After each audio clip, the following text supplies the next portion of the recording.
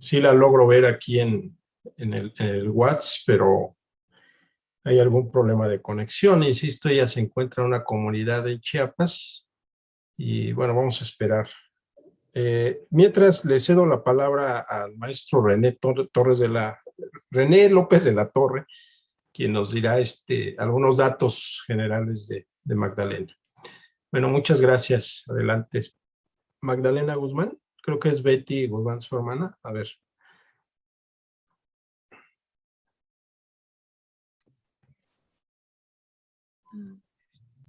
Sí, adelante, adelante.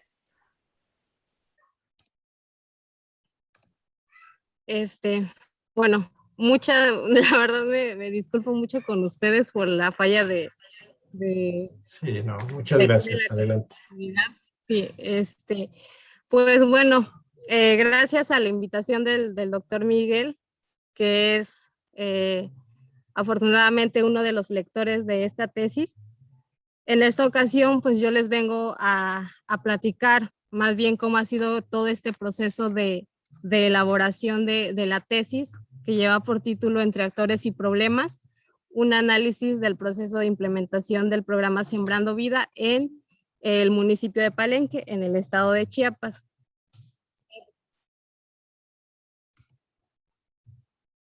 Bueno, primero que nada les quiero compartir la estructura capitular de esta tesis. Se conforma de 4 apartados. En el primero de ellos, lo que se hace pues es una discusión, digamos, más a detalle de lo que es, bueno, de lo que son los 3 modelos de implementación de políticas públicas. Entonces se discute el modelo burocrático, el modelo organizacional y el modelo de conflictos y negociaciones para posteriormente definir cuáles son estas dimensiones que estuvieron discutiéndose a lo largo del capítulo 4, ¿no? Que es el capítulo de resultados. En el capítulo 2, lo que se hace es una revisión de cuáles han sido los principales programas y cuáles han sido las principales estrategias que se han puesto en marcha en México para tratar de combatir pues esta problemática de la pobreza, ¿no?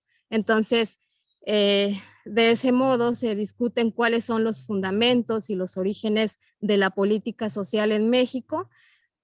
Por lo tanto, se empieza una discusión que abarca el proceso de industrialización en México para poder dar cuenta de en qué momento se empieza a concebir la pobreza como un problema que necesitaba de la intervención del gobierno, ¿no?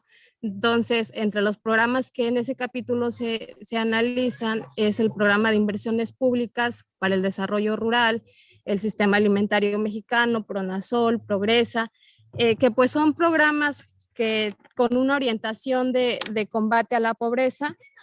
Sin embargo, este capítulo 2 nos deja varios puntos que yo considero que valen la pena resaltarse, ¿no?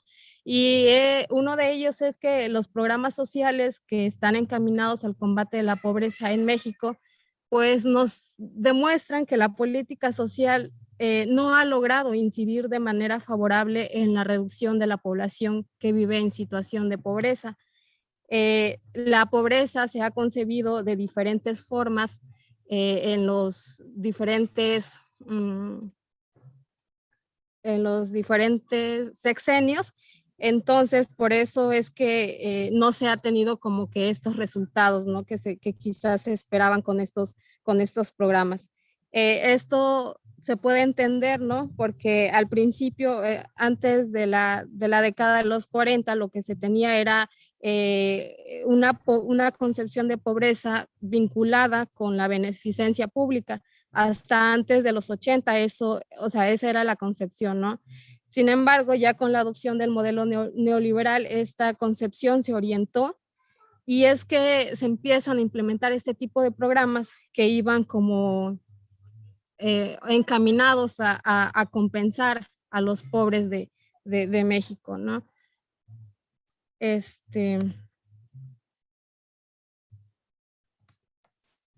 En el tercer capítulo lo que se hace ya es como ir adentrándonos a cuáles son los elementos más importantes del programa Sembrando Vida. Se discuten cuáles son los estados, cuáles fueron los criterios que, de acuerdo con el diagnóstico del programa, se siguieron para seleccionar estos 20 estados, ¿no? Se presentan también las regiones de los programas, cómo es que estos 20 estados se organizan, ¿no? en territorios para poder atenderlos. Se discute también un poco cómo es que el presupuesto que el programa Sembrando Vida ha tenido desde 2019 ha ido en aumento. Y eso se debe pues a que es uno de los programas prioritarios de la actual política social, ¿no? Entonces, a grandes rasgos, se ahonda en cómo está el número de sembradores a nivel nacional, a nivel estatal, se presenta este número por estados, y es en este capítulo en el que se hace énfasis en cómo está Chiapas en cuanto a número de sembradores del programa Sembrando Vida, ¿no? Entonces, se presenta cuáles son los territorios que hay en Chiapas y cuáles son como estas características más importantes que pues de alguna forma al final nos llevan a entender por qué el programa Sembrando Vida está funcionando como está funcionando en el municipio, ¿no? que se eligió. Y bueno, ya en el capítulo 4, ahora sí se presentan, digamos, los resultados que se obtuvieron a partir del trabajo de campo que se hizo. Entonces se discuten cuáles son como estas características que identifica al personal operativo, los diferentes niveles en los que se estructura este personal, cuáles son como, bueno, cuál es el papel de los sembradores, ¿no? Porque una de las características de estos sembradores es que ellos tienen dentro del programa un papel activo, ¿no? Ya no son vistos nada más como estas personas que reciben un apoyo, ¿no? Entonces se ahondan también algunos elementos que se retoman del capítulo 1, que es el apartado teórico. Y bueno, sin más, presento cuáles son las 3 preguntas que dieron como que origen a todo este proceso, ¿no? Son 3 preguntas. ¿Cuáles son los factores que explican el proceso de implementación del programa Sembrando Vida a nivel local? ¿Cuáles son los problemas a los que se enfrenta el personal operativo y los sembradores durante este proceso, ¿no? Y ante ello, ¿cuáles son estas estrategias y decisiones que ponen en marcha para, digamos, tratar de atender estos problemas y para tratar de darle continuidad al mismo, ¿no? Entonces, entre los objetivos particulares, pues está el de identificar cuáles son estos factores físicos, los factores sociales, económicos del contexto particular de Palenque, ¿no? Que están influyendo en la implementación de este programa. También está el de describir las funciones y las tareas que cada uno de los diferentes actores involucrados hace, ¿no? Exponer desde luego los problemas que surgen a nivel local durante la realización de las diferentes actividades y describir cómo son estos procesos, ¿no? de toma de decisiones que llevan a cabo estos actores en los espacios comunes, ¿no? Bueno, se trata de una tesis de corte cualitativa. El trabajo de campo se realizó durante los meses durante el periodo que comprende los meses de enero a mayo de 2021, aunque cabe mencionar que en el año anterior, en 2020, ya se había estado como realizando algunos acercamientos, ¿no? con los técnicos, y en el ejido de donde yo soy también se está implementando este programa, entonces como que desde tiempo atrás se estaba haciendo esta exploración, ¿no? Entonces se recurrió a la observación directa de qué, pues de la organización, del comportamiento de los actores en espacios determinados. En este caso fue en los viveros comunitarios, en los talleres y en las reuniones dentro de las localidades concebidos como estos espacios de interacción que el mismo programa está tratando de promover, ¿no? de ese modo se pudo pues realizar diferentes visitas, se visitaron 10 localidades de este municipio. Se acudió también a 6 reuniones informativas del binomio técnico con sembradores y con becarios, y bueno, se visitaron 6 viveros comunitarios también. Se asistió a 2 talleres productivos. ¿Por qué productivos? Bueno, son productivos porque el programa trata de atender dos dimensiones, ¿no? La dimensión productiva y la dimensión social. La dimensión productiva pues está encaminada a, digamos, a impulsar las actividades económicas de las diferentes localidades, y digamos que una de las estrategias directas pues es el establecimiento de 2 sistemas agroforestales. Cada sembrador tiene que sembrar determinado número de plantas, el cual pues no se tiene como a ciencia cierta el número exacto, porque de acuerdo con los entrevistados pues este número va variando dependiendo de los técnicos, ¿no? Y del otro lado están la dimensión social, ¿no? Creo que se ha escuchado mucho en el discurso del presidente que digamos, uno de los objetivos de este programa es recuperar el tejido social, ¿no? Y por eso ahí la diferenciación entre talleres productivos y talleres sociales. Y bueno, también se estuvo acompañando a los técnicos productivos a las verificaciones de parcelas. ¿Qué son estas verificaciones de parcelas? Pues es ir, o sea, los técnicos junto con los becarios tienen que ir a las parcelas de los sembradores para hacer un registro de cuáles son las especies, el total de plantas que ellos tienen, clasificarlos entre el sistema SAF y el sistema MIAF, que son los 2, digamos, sistemas que el programa está manejando, ¿no? Y que es una de las formas para saber cómo está el programa en cuanto el avance que presenta en la siembra de estas plantas, ¿no? También se realizaron un total de 32 entrevistas semiestructuradas que se distribuyeron entre la coordinadora territorial, entre facilitadores comunitarios, entre técnicos sociales, técnicos productivos, becarios del programa Jóvenes Construyendo el Futuro y los sembradores, desde luego, ¿no? Cabe mencionar que para digamos, la selección de nuestros entrevistados, pues una selección como tal no hubo. ¿Por qué? Porque nos fuimos como ajustando a las circunstancias que se iban presentando, ¿no? Sobre todo en este tiempo de pandemia, pues fue una experiencia bastante compleja el poder contactarnos con los técnicos sociales, con los técnicos productivos, porque si bien el programa, bueno, el personal del programa ha seguido trabajando en todo este tiempo de pandemia, pues las condiciones han cambiado, ¿no? A tal grado de que había momentos en los que, o bueno, hubo periodos en los que estos técnicos sociales pues, y productivos no tenían como este permiso, ¿no? De ir a las localidades y de tener contacto con los sembradores. Entonces sí fue una tarea bastante complicada realizar todo esto, ¿no? También porque algunos, creo que es algo que los que hemos hecho entrevistas, pues ya tenemos como idea de eso, ¿no? Que hay quienes nos dicen que sí y luego nos dicen que no, o luego algunos técnicos al principio,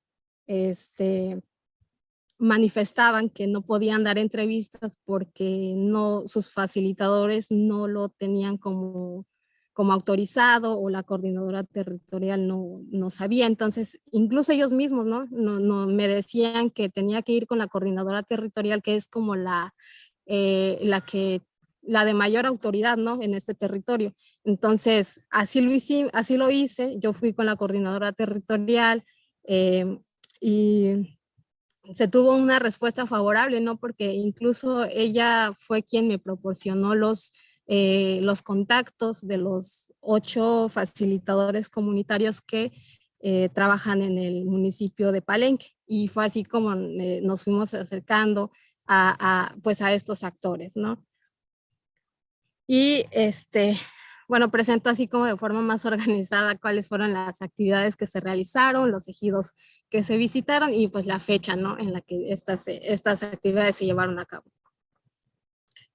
Bueno, ya entrando de lleno al capítulo 1, como mencionaba, se retoman, bueno, se discuten más bien 3 modelos de implementación: el modelo burocrático, el modelo organizacional y el modelo de conflictos y negociaciones. Pues cada uno de estos modelos, digamos que hace énfasis en aspectos determinados, ¿no? Por ejemplo, en el caso del modelo burocrático, sostiene que el personal encargado de la ejecución de las políticas públicas son los actores centrales, ¿no? Que el personal encargado son quienes al final de cuentas van dando como que rumbo a las políticas públicas, ¿no? Por lo tanto, eso significa que las capacidades y los conocimientos que este personal tiene, pues son importantes, ¿no? Para entender el funcionamiento de una política pública. ¿Por qué? Porque estas capacidades y conocimientos se convierten en herramientas que estos actores utilizan para desarrollar estrategias que le permitan como darle continuidad a la política pública, ¿no?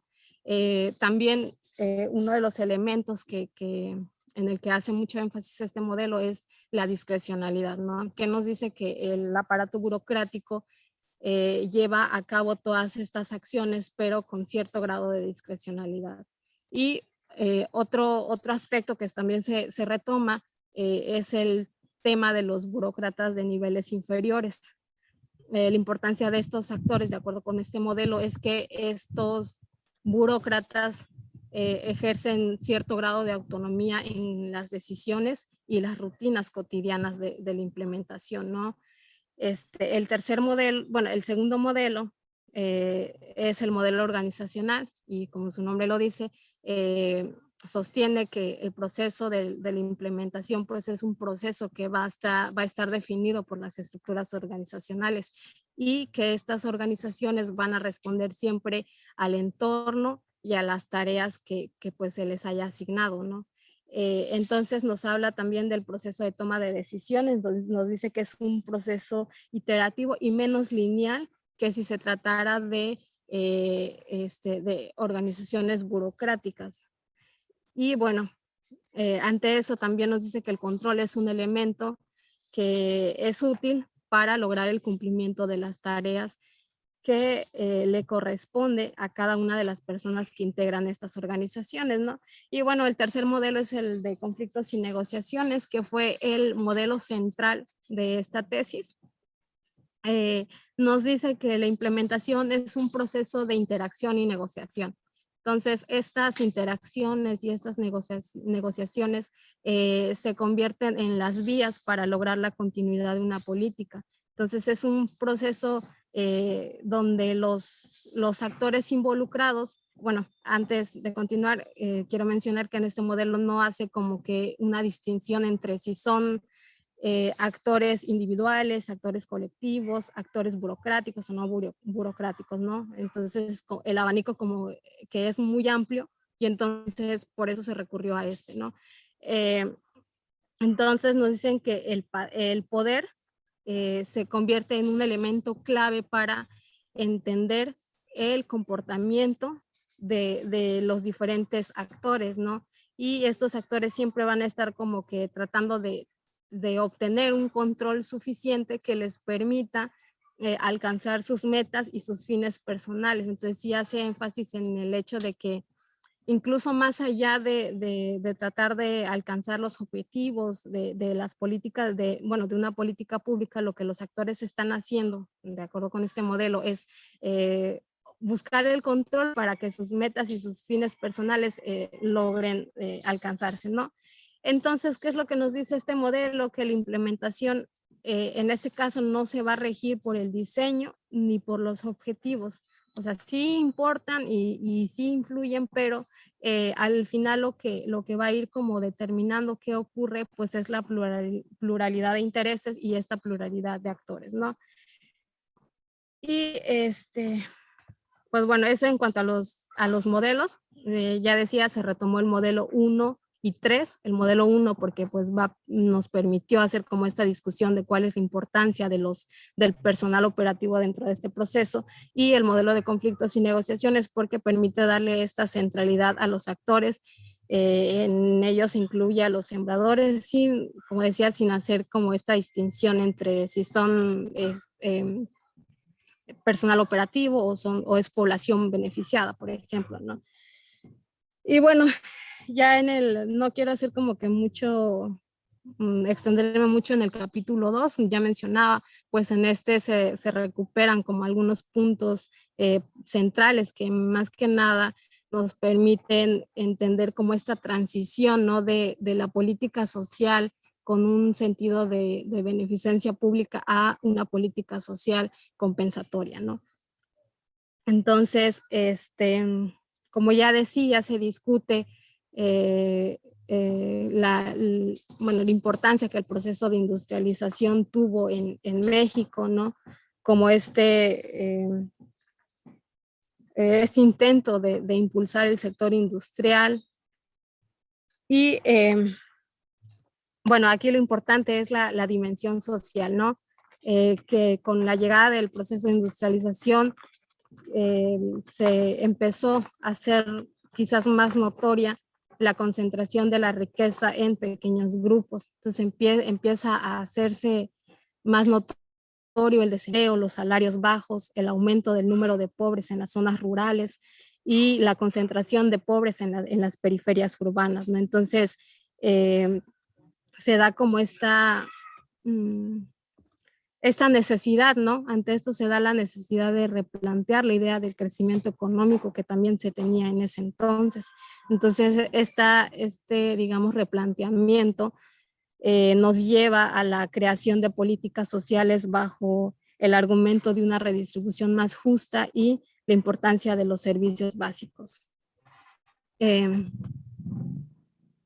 Ya empezamos a hablar, digamos, de programas de combate a la pobreza como tal, después de la etapa de industrialización. Entonces, surgen, ¿no? Muchos programas después de ese momento que iban encaminados a atender a los pobres de las zonas rurales. Pues antes se creía también, ¿no? Que la pobreza era un problema meramente rural, que en las ciudades no había pobres, ¿no? Entonces, es uno de los elementos que también se recupera de toda esta revisión histórica, este cambio, ¿no? De concepción de pobreza y cómo es que influye en los programas que se van como diseñando, ¿no?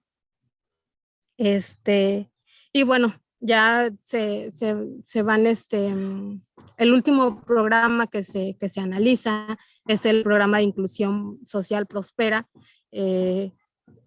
y lo que sí se pretende hacer con esto es como demostrar cuáles han sido los cambios que se tenía, por ejemplo, bueno, que ha habido desde que el programa de inclusión, bueno, que Prospera se implementa.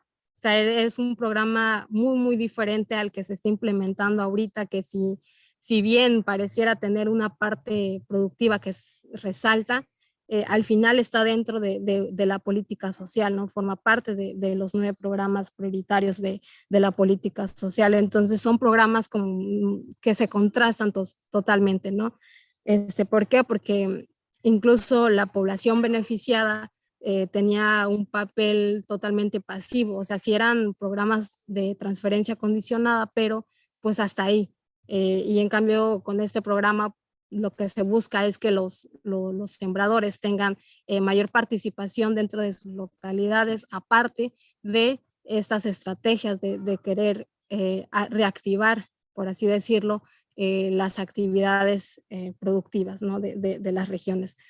Y bueno, ya para el capítulo 3, como bien mencionaba al principio, se hace como esta presentación de cuáles son las diferentes regiones del programa Sembrando Vida. En la pantalla nosotros podemos observar cuáles son los 20 estados en los que se está implementando actualmente este programa y cómo están agrupados, ¿no? En este caso, la investigación se centró en la región 2, en la región Oaxaca-Chiapas. Está conformado solamente por dos estados y son, digamos, dos de los estados que mayor concentración tienen de población beneficiada. Entonces, ¿cuáles son los apoyos que este programa otorga? Los apoyos son 3. Es un apoyo económico de 5,000 pesos mensuales. Digamos que son 5,000 pesos mensuales y a cambio de esto los sembradores tienen que cumplir con el plan de trabajo que el programa establece, ¿no? Para las 2.5 hectáreas que registraron. También están los apoyos en especies y en este tipo de apoyos es donde entra el establecimiento de los viveros comunitarios y de las biofábricas, ¿no? Además de la entrega de plantas, insumos, herramientas y todos aquellos, digamos, elementos que permitan el establecimiento de estas unidades, de estos sistemas agroforestales, perdón. Y un tercer apoyo es el acompañamiento técnico. Los sembradores tienen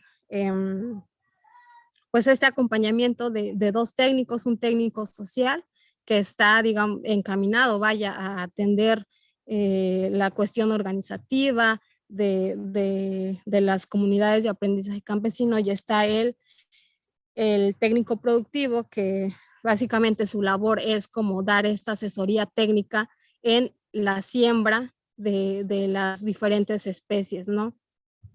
Y bueno, ya en este tercer capítulo presentamos ahora sí datos más concretos en cuanto al número de sembradores a nivel nacional. Entonces, el número seguramente ya no es el mismo, seguramente hubieron bajas, hubo ingreso de nuevos sembradores, pero bueno, para la fecha que se tomó, que fue diciembre de 2020, el programa tenía un total de 418,232 sembradores en los diferentes estados. Y resalta el estado de Chiapas porque es el estado que tiene mayor número de sembradores junto con los estados de Veracruz, Tabasco y Oaxaca, que concentran pues más de la mitad de la población que está siendo atendida hoy en día por este programa, ¿no?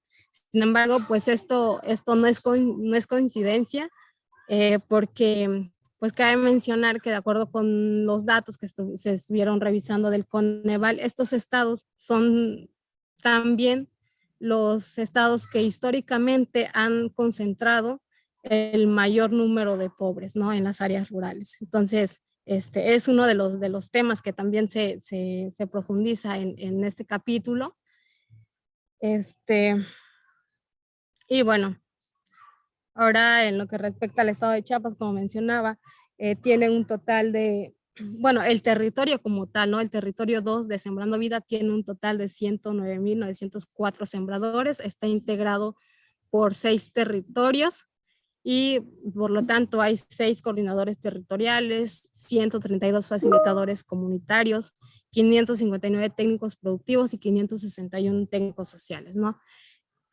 Sin embargo, del total de la población atendida en la región 2, el 76.3% se ubica en el estado de Chiapas, ¿no? Y para diciembre de 2019 había un total, de 2020, perdón, ahí por una confusión con la fecha, había un total de 81,554 sembradores en Chiapas y estos se distribuían en 77 municipios del estado, ¿no? Y bueno, como mencionaba, es un programa en el que constantemente hay bajas, hay ingresos de nuevos sembradores. ¿Por qué? Porque sigue siendo un programa de transferencia monetaria condicionada. Entonces, ello explica que ante digamos, el incumplimiento de los sembradores, pues se les esté dando de baja constantemente, ¿no? Y bueno, esta es la organización del territorio palenque. Los municipios que están con algún color son los municipios que tienen sembradores Entonces, digamos, en este territorio hay 21,789 sembradores y ahora sí, en lo que respecta al territorio Palenque, que es donde, bueno, es donde se encuentra, digamos, ¿no? El municipio que se analizó, comprende 11, que son los que están en color amarillito, amarillo claro. Ese es el territorio Palenque, y el municipio es el que tiene el número 2. Entonces, digamos que también quizás puede ser un factor que está influyendo, ¿no? Que tienen como municipio, bueno, muchos municipios, y a lo mejor el personal operativo no se está dando abasto, ¿no? Y bueno, presento algunas características más sobresalientes, ¿no? del territorio Palenque, como esta unidad de atención del programa y la caracterización del municipio de Palenque ya como tal, como una división geopolítica del estado de Chiapas, ¿no? Entonces, por lo regular se trata de una zona en la que las actividades económicas más importantes son la ganadería y la agricultura, sobre todo la agricultura de temporal. También es notorio, ¿no? El cultivo de palma de aceite y café. Y bueno, también una característica relevante pues es que la mayoría de la población, tanto de los 11 municipios que conforman el territorio Palenque como el municipio de Palenque en particular, pues viven en localidades cuyo tamaño no rebasa los 2,500 habitantes. Es decir, tiene una población que es, digamos, en su mayoría rural, ¿no?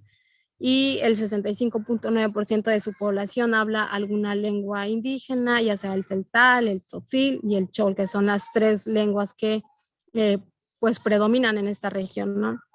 Ahora, en lo que respecta al municipio de Palenque, pues es la cabecera regional y es bueno, si no es la vía, la principal vía de comunicación, esto debido a su cercanía con el estado de Tabasco.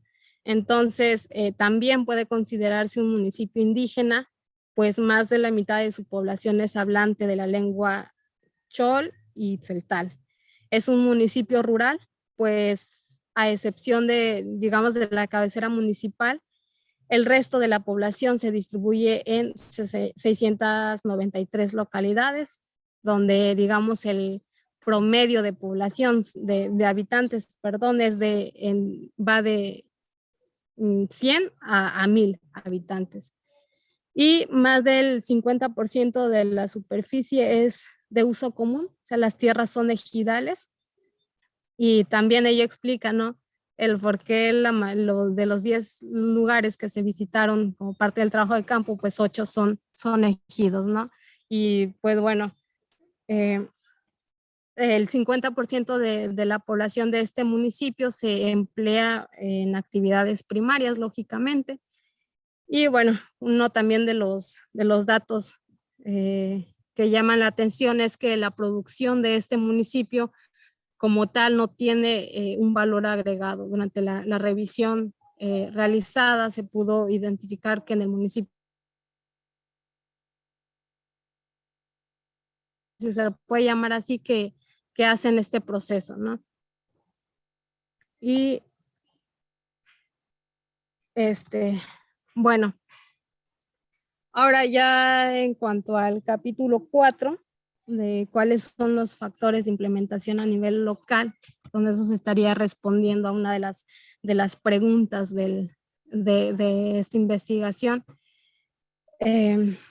Tenemos lo siguiente, un primer apartado en el que se hace, digamos, la discusión de la importancia de los diferentes actores en este proceso de implementación, ¿no? Entonces, primero, o sea, esto sí se hace de forma separada, se analiza el personal operativo del programa. Entonces, al respecto, se puede decir que la estructura operativa de este programa se caracteriza por su carácter vertical, o el Coneval lo refiere como en cascada.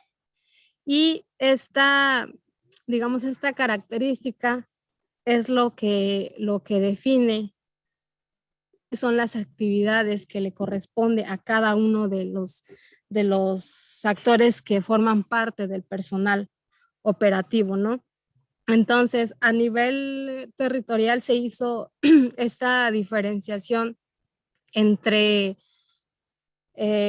coordinadora territorial y facilitadores comunitarios. Son los actores de mayor peso en este territorio, mientras que técnicos sociales, técnicos productivos y becarios del programa Jóvenes Construyendo el Futuro son de un nivel, digamos, más bajo. Y eso se ve reflejado en sus actividades también, ¿no? Entonces, digamos, esta verticalidad en la estructura operativa de este programa lo que trae es que haya un conocimiento limitado de la dinámica de trabajo por parte de la coordinadora territorial y los facilitadores comunitarios. ¿Por qué? Porque tienen una participación no tan directa en las actividades de campo, es decir, en las actividades que se realizan en los viveros, en las biofábricas y en las unidades de producción. Sin embargo, hay que destacar que a pesar de que tienen un conocimiento limitado y una participación no directa en estas actividades, ellos tienen el poder de decisión dada digamos, su posición en la jerarquía, ¿no? Y esto, digamos, es uno de los factores principales que explican un conjunto de incongruencias entre las decisiones provenientes quizás del nivel superior, de un nivel superior, y las acciones concretas que los actores locales llevan a cabo, ¿no? Entonces, se trata de una implementación por niveles donde no hay un vínculo cercano entre las instancias que toman las decisiones más importantes del programa con los operadores y mucho menos con los sembradores. Y bueno, eso en cuanto al personal operativo. En cuanto a los sembradores, pues al igual que los técnicos sociales y los técnicos productivos, estos sí tienen una intervención directa en las actividades de campo. ¿Por qué? Porque en ellos recae al final de cuentas la responsabilidad de establecer estos dos sistemas agroforestales, ¿no? Y en ese sentido tienen responsabilidades individuales y responsabilidades colectivas también.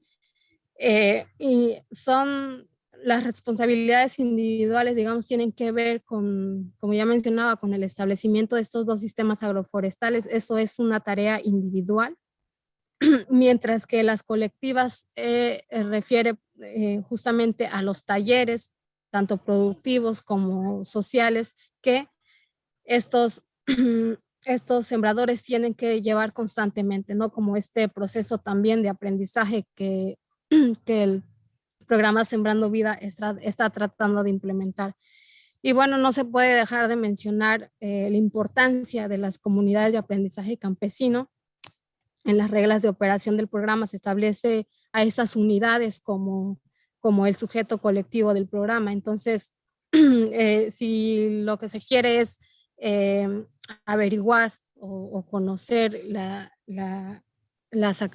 importancia de los actores, pero en grupo, pues sí valdría la pena como retomar estas comunidades de aprendizaje campesino. Y bueno, se pudo observar durante el trabajo de campo que el proceso de toma de decisiones en estas comunidades pues se da por votaciones. Las decisiones se toman por mayoría de voto, que es como uno de los digamos, de los elementos que el programa está tratando de recuperar, ¿no? Y bueno, derivado de esta incongruencia entre decisiones centrales y su operativización en campo, se da una serie de problemas de implementación que actualmente, si bien no han impedido la continuidad del programa, sí están, digamos, retrasando las diferentes, digamos, las metas a corto plazo que el programa ha establecido, ¿no? Entonces, entre los problemas identificados está la falta de coordinación justamente entre las instancias que toman las decisiones y los actores locales. ¿Por qué? Porque los actores locales llevan a cabo esta tarea de planeación. O sea, cada semana los técnicos sociales junto con los sembradores y los becarios tienen que hacer un plan de trabajo, uno semanal, uno mensual.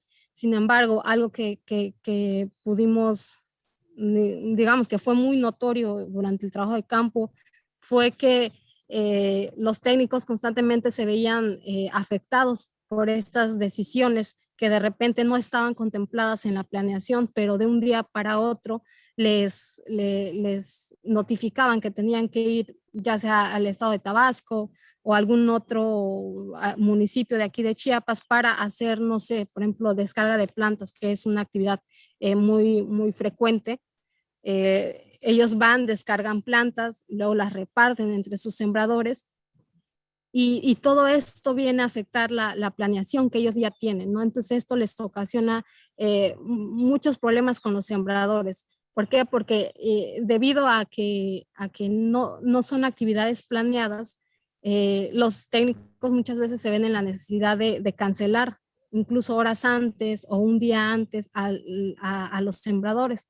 O sea, por ejemplo, tenían actividades de talleres o alguna práctica en las parcelas y los técnicos cancelaban. ¿Por qué? Porque los facilitadores les decían que tenían que ir a otro lugar, ¿no?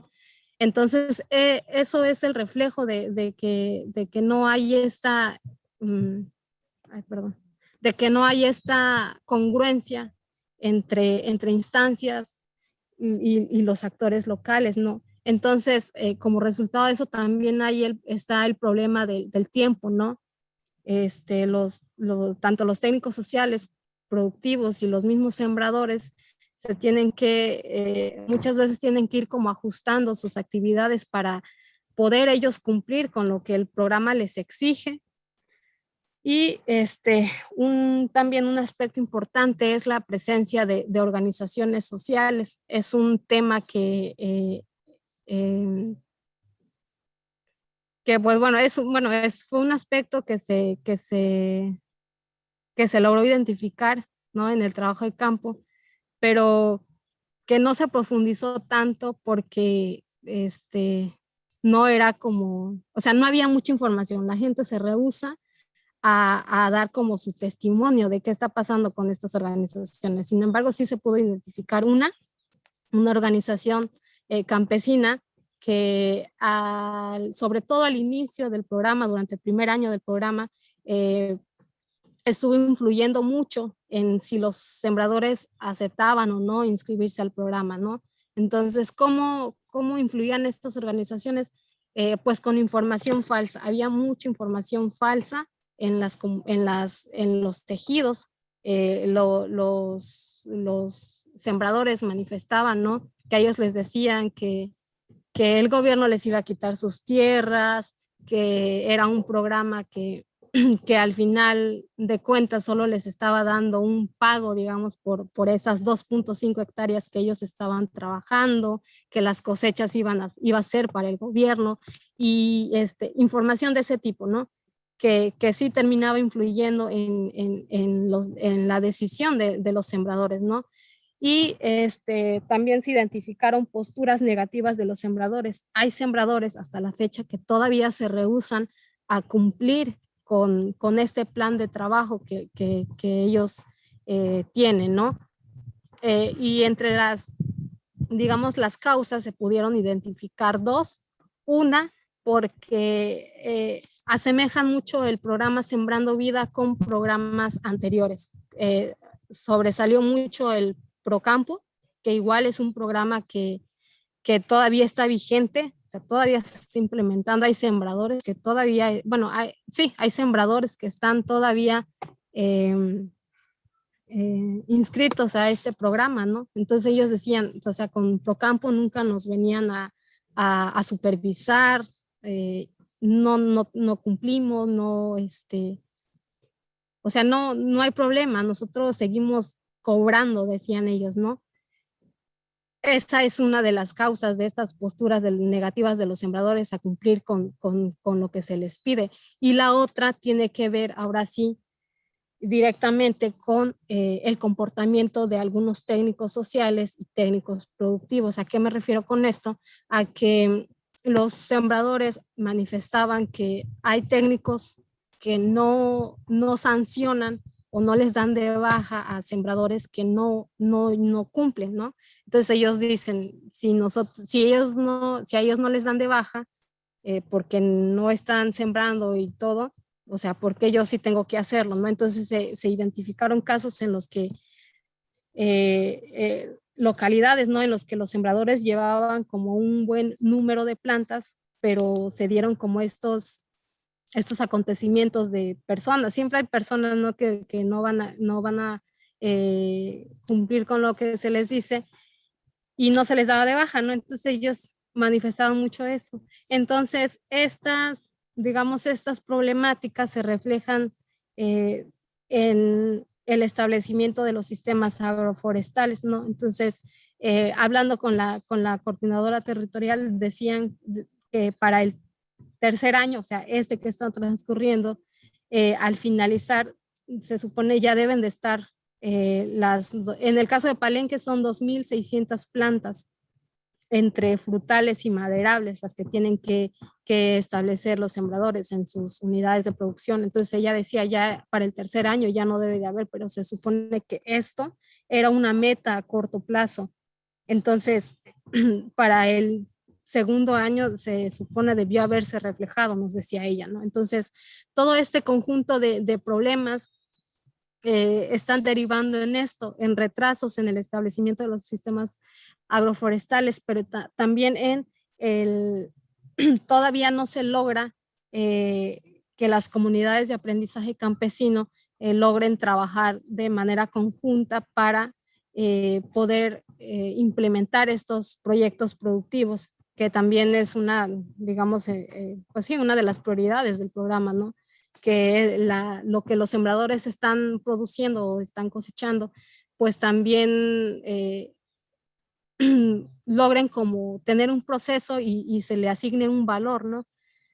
Y bueno, bueno, en este retraso del establecimiento de los sistemas agroforestales también juega un papel muy importante las características climáticas de aquí del municipio. Eh, perdón. Se trata de un clima que es muy susceptible a lluvias, a inundaciones y a sequías también, por otro lado, ¿no? Entonces es esta combinación de condiciones físicas, de condiciones ambientales que también están influyendo en que a la fecha todavía no se tenga estos dos sistemas agroforestales. Bueno, y ante digamos, estos problemas, los técnicos sociales, los técnicos productivos y los sembradores han recurrido a se identificaron tres estrategias principales para tratar de atender estos problemas, ¿no?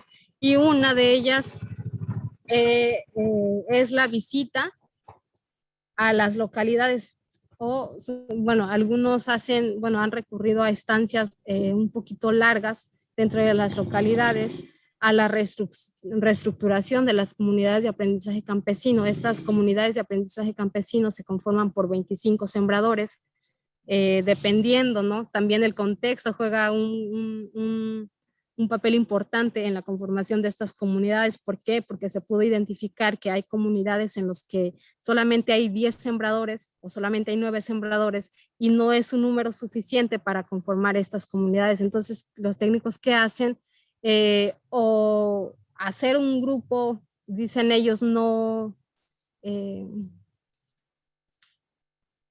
oficial, o unir sembradores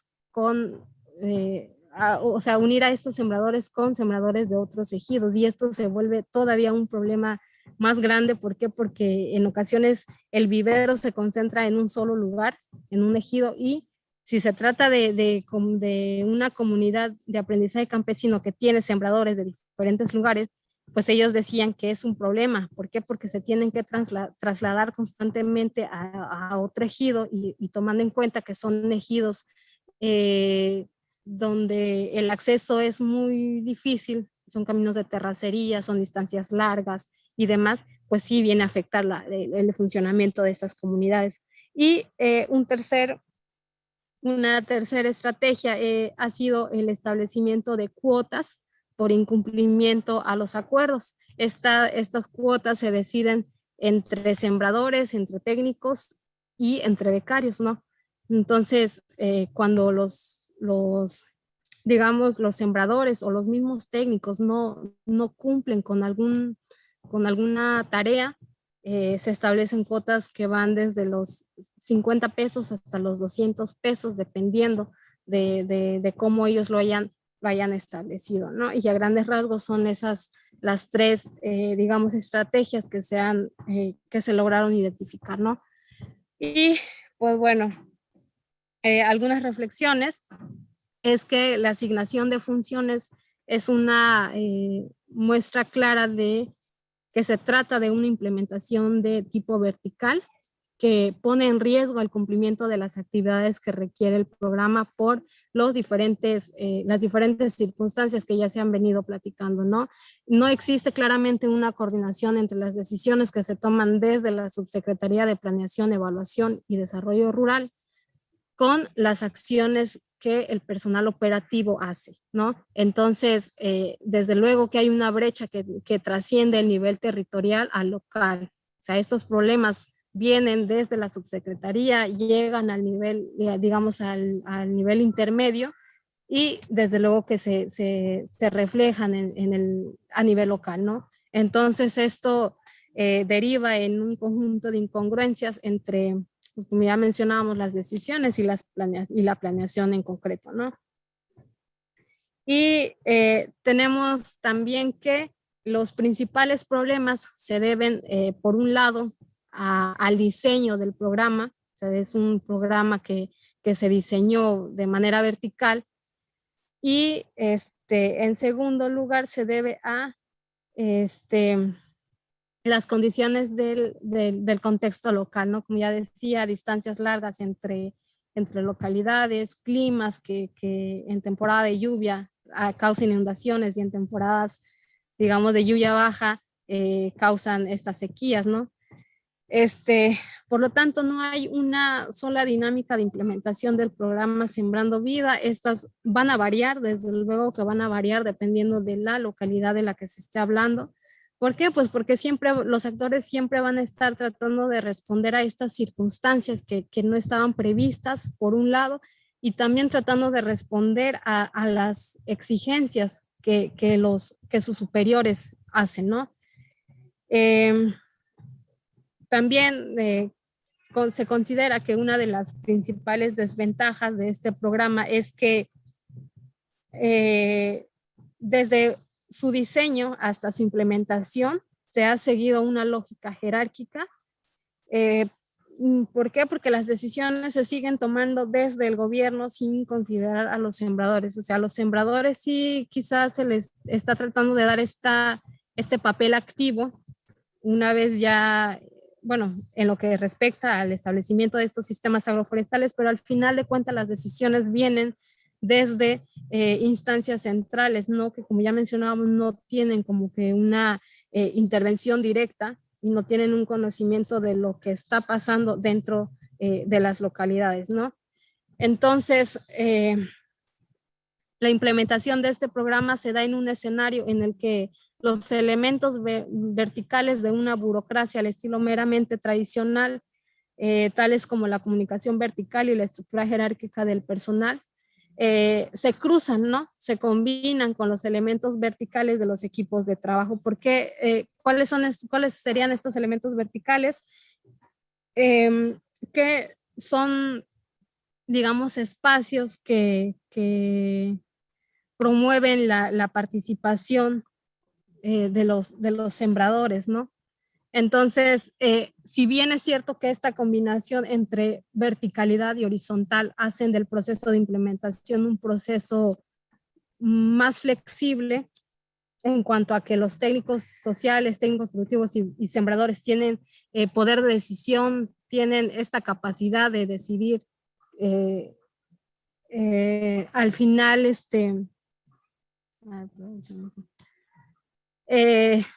hay una amenaza constante que es justamente, el mismo Coneval hace referencia a ello, que no hay una,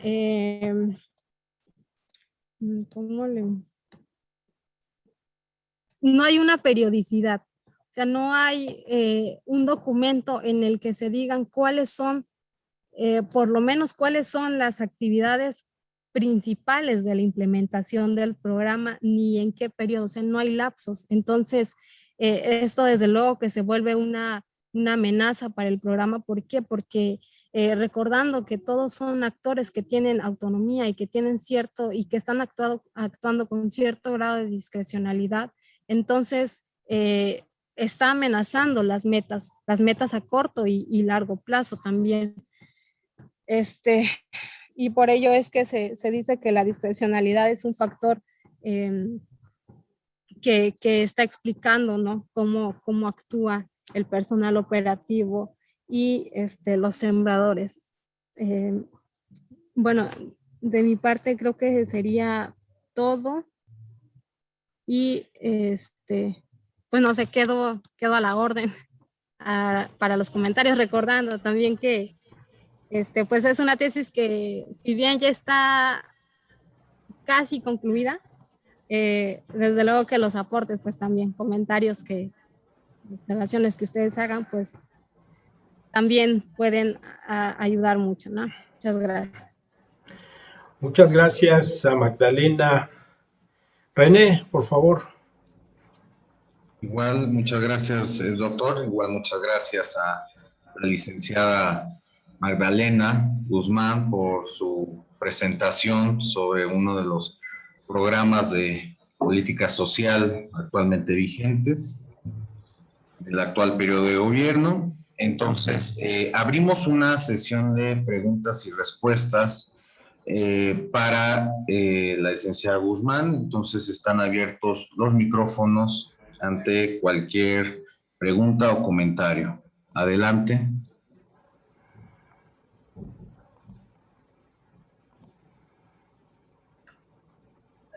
Yo tengo una por acá pregunta. Ulises levantó la mano por acá y luego Pamela. Adelante, Ulises. Gracias. Sí, bien, buenas tardes a todos. Antes que nada, felicitarlos por este evento tan importante, un tema que pues a todos nos interesa en términos justamente de tratar de evaluar el impacto que pueda tener justamente, como bien decía el maestro René, justamente uno de los principales, una de las principales políticas sociales de la actual administración. ¿Qué decir en cuanto a lo comentado? Felicitar a la ponente, por supuesto, es una investigación bastante interesante que nos permite, que nos da información de primera mano, que nos permite en este caso aproximarnos más a este fenómeno de estudio. Una pregunta muy concreta. Sé que evidentemente estamos en el mediano plazo, pero que quisiera saber cuál sería un poco la expectativa que tienes, que tiene la ponente en torno a si finalmente podríamos señalar que va a alcanzar algunos de sus propósitos justamente de esta política social, que si no mal recuerdo tenía que ver con, entre otras, por supuesto, con el finalmente que la persona no se viera obligada a migrar para poder, mejorar sus condiciones de vida. Si no mal recuerdo, era una de las principales metas que se planteaban o propósitos, ¿no? El lograr que la persona se quedara en su comunidad, que no tuviera la necesidad económica de desplazarse a otras comunidades o a otras ciudades para poder, en este caso, por ejemplo, obtener un empleo, básicamente. ¿Cuál sería tu opinión con base en este acercamiento que llevas en torno a esta política social? Muchas gracias. Okay. Podemos hacer, si les parece, hasta 3, 4 preguntas para que pueda, ¿no, René? Adelante, Pamela. Ok, muchas gracias. Gracias por la presentación. La verdad es que refleja un trabajo complicado, ¿no? Arduo, de mucho tiempo, dedicación. Y yo tengo unas dudas respecto al procedimiento, ¿no? Bueno, ahí mencionabas que los sembradores deben de cumplir unos objetivos. Entonces, y que algunos no se dan de baja. Bueno, una pregunta sería, ¿cuáles son las causas por las que dan a los sembradores inscritos al programa? Otra, mencionabas respecto a que tienen diferentes lenguas. ¿Esta no fue un problema para que se pudieran inscribir al programa? Y si fue así, ¿cómo se resolvió? ¿No? Y en otros casos, yo he escuchado en pueblos cercanos que muchos campesinos, donde se da este programa, muchos campesinos queman, ¿no? Queman sus cultivos, ya sea por cubrir el seguro o porque no cubren, no van a llegar a los objetivos. ¿Se ha dado alguno de estos casos ahí en Palenque? Gracias. Muy bien, muchas gracias. ¿Alguien más para completar esta primera ronda de preguntas y respuestas?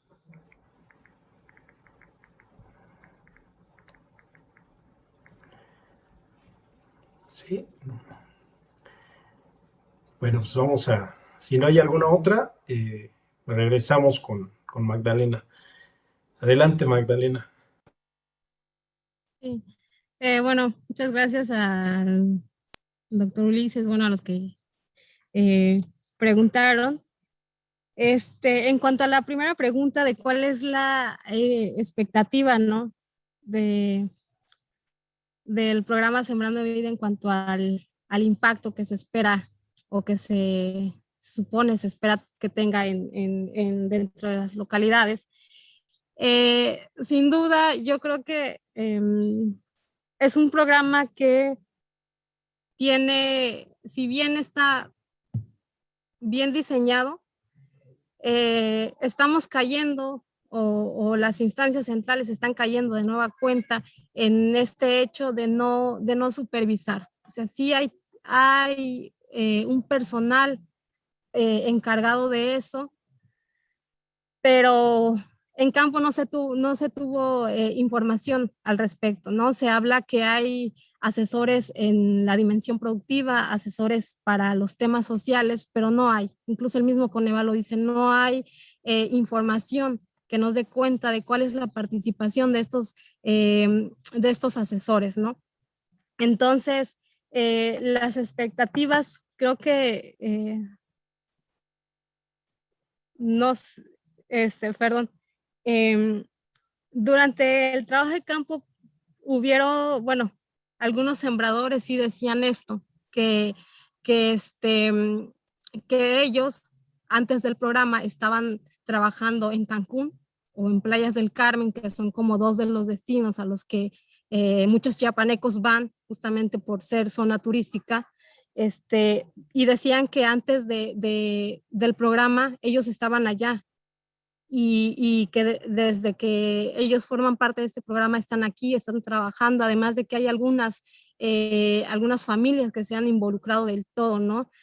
Si bien es cierto que se registra, por ejemplo, al padre de familia, si tiene varios hijos, los hijos se involucran en las actividades, ¿no? Y sí significa, sí está en los 4,500 pesos que llega mensualmente a los sembradores, sí representa un ingreso para ellos, o sea, sobre todo les da esta seguridad de que mes con mes van a estar recibiendo este ingreso, ¿no? Sin embargo, no es suficiente, ellos mismos lo están manifestando, los 4,500 no es suficiente, ¿por qué? Porque a ellos se les exige cumplir con el establecimiento de estos dos sistemas agroforestales, ¿no? Pero el establecimiento de estos dos sistemas no implica nada más sembrar las plantas, implica hacer todo un proceso de limpia, todo un proceso de fertilización también, porque hay tierras que no son aptas para cultivos, pero al ser esas las que registraron, no les queda de otra más que estar constantemente fertilizando, ¿no? Y se supone que también que por eso está la otra parte de los biofertilizantes que el mismo programa está pues haciendo, ¿no? como decía, no es un ingreso suficiente para todas esas actividades, tomando en cuenta también de que hay otras, digamos, otros gastos, ¿no? O sea, uno de los digamos, de los hallazgos de esta tesis es que un sembrador hacía mucho esta comparación de que hay, por ejemplo, Chiapas, ¿no? En general Chiapas. O sea, son ejidos donde algunos sembradores tienen en promedio 20 hectáreas, entonces destinaron 2.5 hectáreas solamente para el programa, pero no es la única actividad que ellos realizan. Algunos son, se dedican, no sé, a la ganadería o cultivan alguna planta en particular, a diferencia, por ejemplo, de Tabasco, ¿no? Que quienes entraron al programa son sembradores que muy a fuerzas tienen las 2.5 hectáreas. Entonces, para ellos, trabajar estas 2.5 hectáreas es toda la actividad que ellos realizan. Entonces, desde luego que eso influye en el compromiso que los sembradores están asumiendo, ¿no? Y eso se refleja en los avances que el programa está teniendo. Entonces, creo que son aspectos que sin duda deberían de tomarse en cuenta desde la subsecretaría, ¿no? No se puede aplicar o pedir lo mismo a dos estados que comparten, bueno, que tienen características diferentes, ¿no? Entonces, eso hace que el programa parezca que no está avanzando, ¿no? Habría que ver en otros estados cómo está, pero aquí en el municipio de Palenque, yo creo que pues las expectativas del programa sí van por buen camino, porque ya en algunos ejidos se están implementando estos proyectos productivos. Hay quienes ya están cosechando, por ejemplo, el achiote y le están dando como este proceso. Entonces los técnicos se están involucrando también en este trabajo de buscarle un mercado a estos productos, ¿no? Entonces, y en lo que respecta al establecimiento de las dos hectáreas, yo he escuchado por lo menos en de los 10 ejidos que yo visité, o sea, se lleva un avance bueno, no se ha cumplido todavía con el número de plantas, por lo mismo de que la misma coordinadora decía, es que al principio se tenía pensado que fuera cacao, se sembró cacao, pero o sea, no sobrevivieron. Entonces, desde allá nos piden modificar la especie, ¿no? Y eso significó, o sea, si ya tenían un avance de 800 plantas de cacao, por ejemplo, que de la subsecretaría venga que la instrucción de sembrar otras plantas, pues sí es una baja, ¿no? En cuanto al avance. Entonces, pues yo creo que es un programa que está avanzando, sin embargo, se le ha dado prioridad a la parte productiva. Entonces, la dimensión social todavía está muy abandonada. Incluso eso es un problema que viene desde el diseño. ¿Por qué? Porque se tuvo acceso a cuáles son como estos cronogramas que los técnicos tienen, y sí se habla de talleres productivos, sí se habla de la realización de caldos sulfocálcicos, por ejemplo, pero no hay indicios de que se esté tratando temas sociales, como por ejemplo no sé, economía social o o organización comunitaria, por ejemplo, ¿no? Entonces, por ese lado, el programa sí se ve débil todavía en cuanto a esa dimensión, ¿no? Y eso pone en riesgo, sobre todo si se pretende que a mediano plazo se establezcan estas cooperativas en la que los sembradores sean quienes, digamos, quienes estén a cargo, ¿no? de estas cadenas de producción y de comercialización. Entonces, pues eso sería. Y en cuanto a las otras preguntas, ¿cuáles son las causas? Me preguntaba, creo que Pamela, ¿cuáles son las causas por las que se da de baja un sembrador? Las causas son muy específicas en las reglas de operación. Viene que los sembradores tienen que cumplir con el 80% de las actividades. Estas actividades abarcan las reuniones, abarcan los talleres sociales, los talleres productivos y abarcan las diferentes actividades que se hacen en los viveros comunitarios y en las biofábricas. Entonces, se supone que ellos tienen que cumplir con el 85% de todas estas actividades, quien al final de cuentas, que creo que es un elemento también, es que quienes validan este avance del 85% es el técnico productivo. Entonces es donde cae todo este problema de que al final el técnico es quien decide si se realiza o no la amonestación. ¿En qué consisten las amonestaciones? Bueno, hay un primer como llamado de atención en el que al sembrador se le notifica que tiene digamos se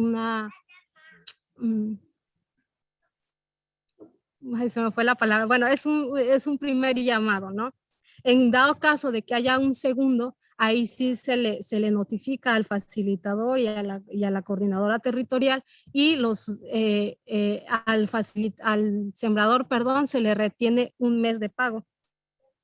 Eso es cuando ya se trata de una segunda. Y la tercera, para ya baja definitiva, es que pues no se, en las verificaciones sobre todo, ¿no? Ahorita sobre todo se están como que agarrando de estas verificaciones del número de plantas que ellos tienen para dar de baja. Si ellos no cumplen con las plantas que, por ejemplo, se puso como mínimo en un ejido, se les da de baja en automático, ¿no?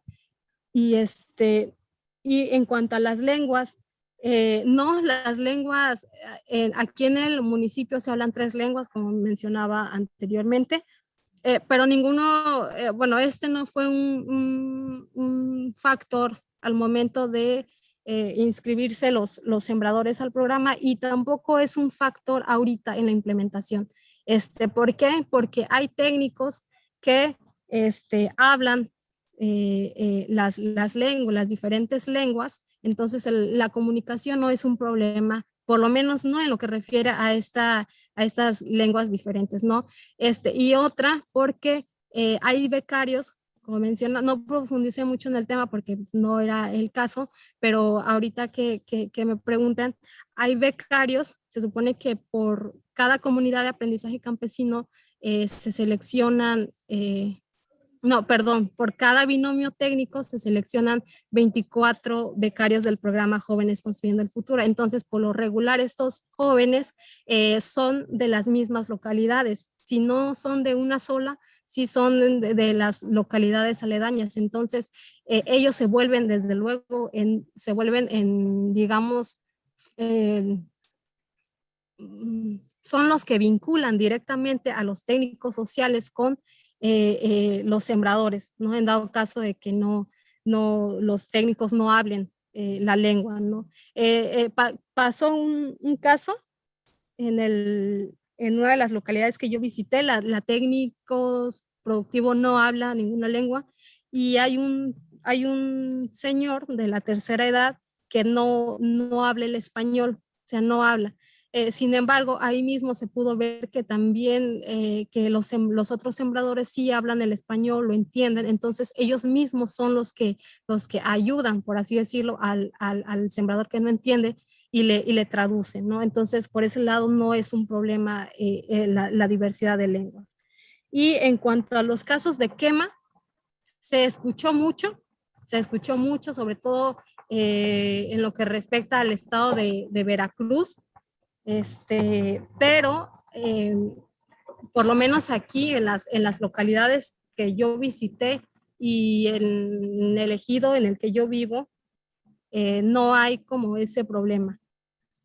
Entonces, claro, habría que ver en los otros municipios, sobre todo en municipios que están cercanos a las reservas que tiene el estado de Chiapas, habría que ver cómo está operando, pero por lo menos en el trabajo de campo no se vio eso, ¿no?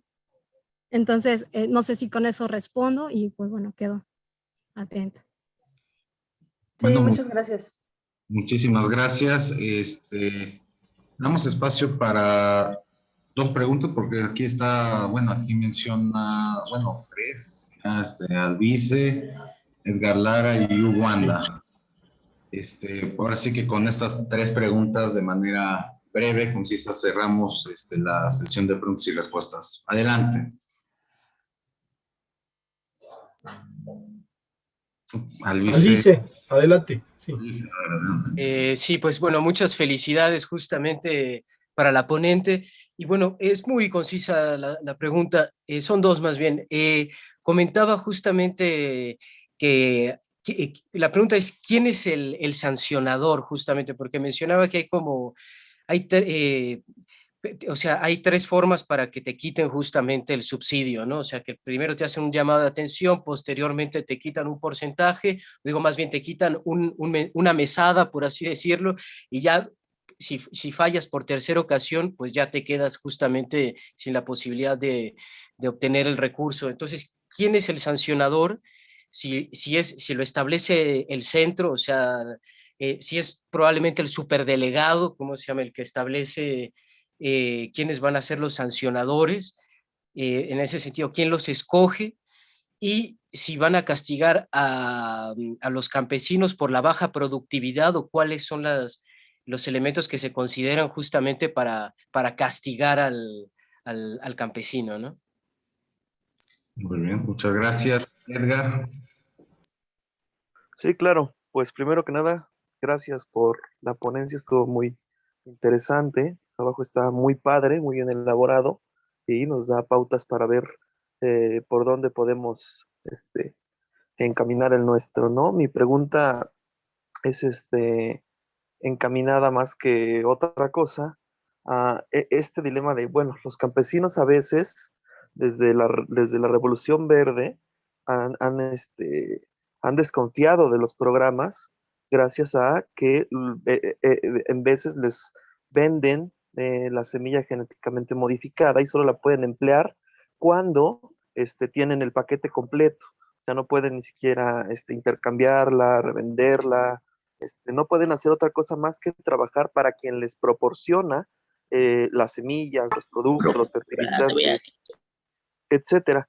Entonces, mi pregunta es, ¿los campesinos tienen intermediarios que digamos, les faciliten o les compliquen el poder hacer este tipo de intercambios que son propios también de los ejidos, que permiten pues también el multicultivo, esta variedad de especies, esta variedad de cultivos, o están en un posicionamiento de monocultivo, están en un posicionamiento encaminado también hacia la agroindustria, o es un programa que beneficia propiamente al campesino, digamos, de alguna forma más tradicional, aquel que sigue esta situación, por ejemplo, de milpa, donde tienes el frijol, tienes el maíz y la calabaza como cultivos que se pueden combinar para poder tener una cosecha y una evolución próspera de cada uno de ellos, o están condicionados a las semillas del programa ya en una idea más de agroindustria, de introducción de los cultivos genéticamente modificados que también a veces segregan al campesino a someterse a la producción en masa y pues luego llegan a tener muchísimas dificultades al momento de las ganancias debido a los intermediarios que te comento, que les pagan muy poco por un trabajal que llegan a desarrollar. Pues nada más esto, muchísimas gracias, muy chido tu trabajo, felicidades, gracias. Muchas gracias. Y por último, Hugo de Anda, por favor. Sí, muy buenas tardes. Agradezco la invitación que recibí de parte del doctor Miguel. Muchas gracias. Muchas gracias a ustedes. Una felicitación a la ponente. Su presentación me pareció impecable en el sentido de la hilación que llevó del tema y cómo fue manejando cada una de las variables que se iban presentando en su investigación. El comentario es el siguiente. La mayor parte de los programas, entre comillas, sociales, porque en una parte nos comentó la ponente que el beneficio social no se veía, sino que nada más se daba inclusive una falta de coordinación entre lo que se planeaba desde el centro, desde las instituciones del centro, entendámoslo, el gobierno, y la localidad. En este sentido, lo que quiero plantear es lo siguiente: se pudiera blindar de la parte electoral, de la parte del buscar la clientela electoral, que para mí es para lo que están diseñados este tipo de programas, que son, yo lo veo así como unas dádivas para garantizar la clientela electoral del partido que esté en el poder. Ya lo vimos con el Pronasol, ya lo vimos con Prospera, ya lo vimos de distintas maneras. Procampo, ahora Sembrando el Futuro, el Seguro Popular, ahora el INSABI, etc. Yo realmente y parte de la población, quizás seamos una minoría, pero vemos que la finalidad de este tipo de programas es buscar el clientelismo electoral. ¿Habría alguna manera de blindar este tipo de propósitos que pudieran, si tuvieran un enfoque correcto, pues lograrían bastante para esas comunidades?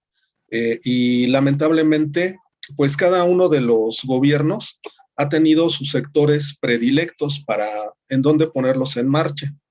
Por ejemplo, anteriormente era el Estado de México. Ahora, por ejemplo, vemos que hay gran presencia por parte del presupuesto para este tipo de programas al sur del país. Entonces, esa básicamente sería la pregunta. Muchas gracias. Sí, gracias. Pues Magdalena, tendrías ahí el espacio. Muchas gracias. Ahorita que cada uno hacía sus preguntas, me dejaron todavía como que con muchas interrogantes, ¿no? En cuanto a la pregunta de quiénes son los que sancionan a los sembradores, esto varía mucho. ¿Por qué? Porque como bien decía, no hay un documento que dé cuenta de cuáles son en primera, las actividades que implica la implementación del programa Sembrando Vida, y en segunda, un documento en el que se especifique de manera clara cuáles son las facultades, digamos, de los diferentes involucrados en el programa. Sin embargo, en lo que respecta a nivel territorial, el sancionador último, o el que tiene, digamos, la última palabra, es la coordinadora territorial. Hay todo un proceso para dar de bajas, ¿no? a los sembradores. Como ya mencionaba, se hace como 3 llamados. El último llamado ya está a cargo de la coordinadora. Esto es cuando el técnico correspondiente ya no pudo, digamos, solucionar este problema, ¿no? Entonces, cuando se trata ya de un problema más grande, ahora sí recurren a la coordinadora territorial, y es quien firma, por así decirlo, el documento de la baja del sembrador. Desde luego que esto, ella como coordinadora tiene que reportarlo constantemente a su supervisor, que vendría siendo el coordinador regional, ¿no? Entonces, sería la coordinadora territorial, ¿no? Y bueno, cuando hay un caso particular también, cuando ya se trata de, digamos, no sé, que un altercado entre un sembrador y un técnico, por ejemplo, o que hay un sembrador que está causando conflictos en la organización o de la comunidad o así, el técnico sí tiene esta facultad de dar de baja de manera inmediata. Eso sí, lo tiene que hacer digamos, teniendo la aprobación de la coordinadora, ¿no? Sobre cuáles son los elementos que se consideran para amonestar o para sancionar a un sembrador, son varios. estos, como digo, van a variar dependiendo de los ejidos, porque los técnicos sí tienen un papel muy importante en cuanto a estas decisiones. Entonces, ¿cuáles son los elementos que se consideran? Pues que no tenga el número de plantas que el técnico dijo, bueno, no el técnico, porque al final de cuentas el técnico recibe también instrucciones de su supervisor, ¿no? Entonces es que no tenga esta cantidad de plantas solicitada, que no haya asistido a las reuniones por digamos, 3 veces seguidas. O sea, si un técnico falta a estas reuniones, se habla con él y aún así sigue pasando esto, se le da de baja. Otra, cuando hay, por ejemplo, un conflicto ya más grande ¿cómo se pudiera decir? Al final viene siendo conflictos entre sembradores, ¿no? Por ejemplo, hubo que se dé el caso, ¿no? De que haya enfrentamientos entre sembradores, eso amerita baja definitiva también para los sembradores. Al final son motivos muy diferentes, pero si nos queremos ir a cuáles son los motivos oficiales, pues son, como decía, el incumplimiento de este 85% de las actividades que se establecen en el cronograma, ¿no? En cuanto a de si los campesinos tienen o no tienen intermediarios, no hay intermediarios, por lo menos no en las localidades que yo visité. Los campesinos, al principio, bueno, es que al principio el primer año sobre todo, el programa fue, los mismos técnicos lo dicen, los mismos sembradores lo dicen, fue un desastre, no todos hicieron lo que quisieron. Sin embargo, los campesinos, cuando yo digo que los campesinos no tienen intermediarios en cuanto a decidir con quién compran estas semillas, es porque ellos mismos incluso son los que, digamos, le dicen al técnico, por ejemplo, para hacer como que más, dando ejemplos, ¿no? Ellos dicen, ¿sabe qué? Usted técnico, yo tengo cierta cantidad de semillas, por ejemplo, de caoba o semillas de achiote, y si alguna de sus localidades que atiende quiere, pues yo lo puedo vender. Entonces, entre ellos, sí, en ocasiones sí ha dado que el técnico social es quien se encarga de comprar estas semillas en la cabecera municipal, pero siempre acompañado de la comitiva de cada comunidad de aprendizaje. Se supone que cada comunidad de aprendizaje tiene una comitiva que tiene diferentes, digamos, responsabilidades, y una de ellas es acompañar a los técnicos cuando se trata de comprar alguna herramienta, cuando se trata de comprar semillas, etcétera, ¿no? Y en lo que mencionaba en esto de si los cultivos están orientados a la agroindustria o si tienen esta forma tradicional, el programa, creo que son ambas, ¿no? El programa divide estas 2.5 hectáreas de cada sembrador en 1,5 hectáreas de agroindustriales.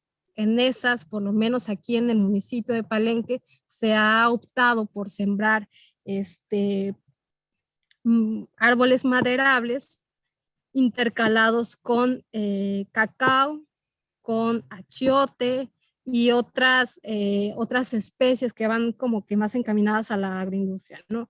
Sin embargo, la otra hectárea se tiene así diseñado que la otra hectárea esté dedicada al sistema de milpa intercalada con árboles frutales. Entonces, en esta hectárea, los sembradores cultivan esta forma tradicional, ¿no? Maíz, frijol, calabaza, fruta, árboles frutales, guayaba, naranja, y también otras especies comestibles, como lo puede ser, no sé, aquí en la región se da, por ejemplo, la yuca, el camote. Entonces está pensado o sea, el programa está diseñado así, que estas 2.5 hectáreas se dividan en sistemas bueno, 1,5 hectáreas para agroindustriales y 1 hectárea para milpa intercalada. Entonces está como este complemento. ¿Por qué? Porque se espera que cuando estas especies agroindustriales ya estén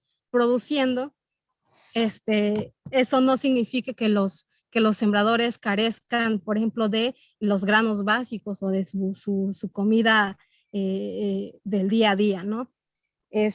Y en cuanto a de si se pudiera blindar los beneficios de este programa con, bueno, con estos fines electorales, yo creo que hace en junio en junio pasado fueron las elecciones aquí en el municipio y claramente se pudo ver que no es un programa que está exento de tomarse como un programa clientelar, ¿no?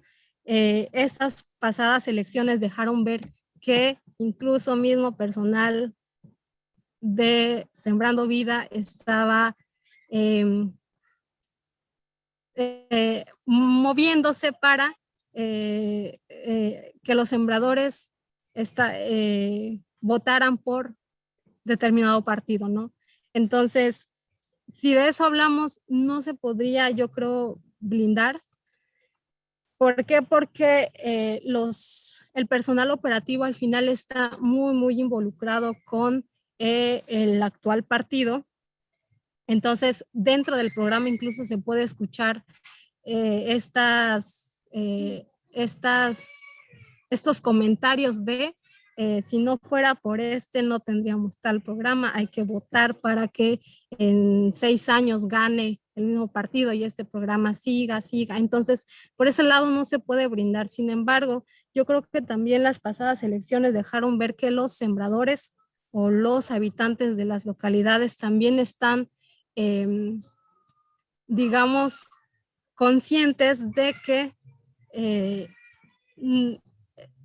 el hecho de no votar por cierto partido no significa que se les va a retirar el apoyo o que se les vaya a dar de baja.